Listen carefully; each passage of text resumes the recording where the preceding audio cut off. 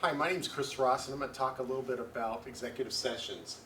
And the catchphrase on the front chart is, what is behind the curtain? What are they trying to hide? We see at city council meetings many executive sessions, and I'm going to talk to you a little bit about why we have them in the city council.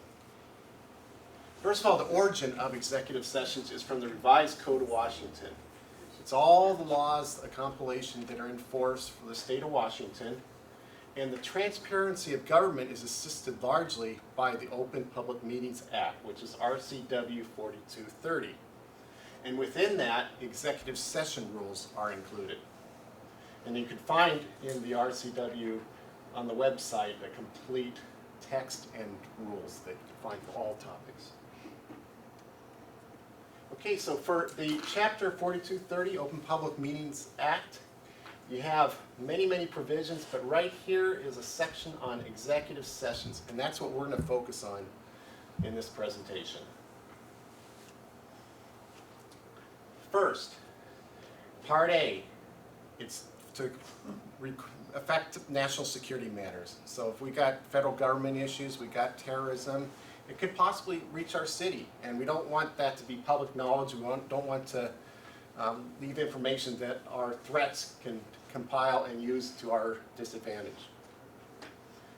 B, Section B is to consider a selection of site or acquisition of real estate. Now that's important. Put yourself in your personal position. Would you want to have the buyer or the seller, in this case, we're buying, do we want the seller to know what we're thinking of offering or what type of provisions we want to consider, what our strategies are? The answer is no. And we as a city, we're the city. So we want protection in this regard. And so this section protects us from that competitive disadvantage information. On the flip side, if we want to sell or lease, same reasons. We want to make sure that we keep that confidential and don't show our hand to our other parties. D, Part D of the executive session provisions review negotiations regarding publicly bid contracts. You'll see that in the city council when we're trying to, for example, the garbage contract. A lot of that was covered in the executive sessions. We don't want them to know what we're talking about, what we're thinking, what our strategies, etc. So all these are really about internal discussion to ensure that we don't lose our competitive advantage. And again, we the citizens are left out because outside other people that are non-citizens or other parties can gather that information if it's not held in an executive session. So think of us as in the executive session through our representatives. And E, we don't have a lot in this area of Part E, so let's go to the next part. Let's go to Part F, to evaluate complaints or charges against a public officer or employee. That's again much like general HR laws. We don't want to bring that to the public. Qualifications of an applicant, and also the review, the performance of them. Again, it's really HR protect their confidentiality and so on. Very much like general corporate regulations and rules. H, to evaluate the qualifications of a candidate for appointment of elective office. I've seen this used for appointments like the Planning Commission. Last time, I believe, they talk about, are these people qualified? Do we want to vote on them? When they actually vote on them, you'll see them vote in the public forum, in the council session, for example. But before, they have the opportunity to discuss the qualifications. And so that's held in executive session. We don't want to have that discussion in front of the public to preserve their confidentiality. And then this most common one is Part I of the executive session, and that's litigation. It's very important to preserve the legal confidentiality between client and counsel, and talking about all lawsuits, etc., with respect to the city.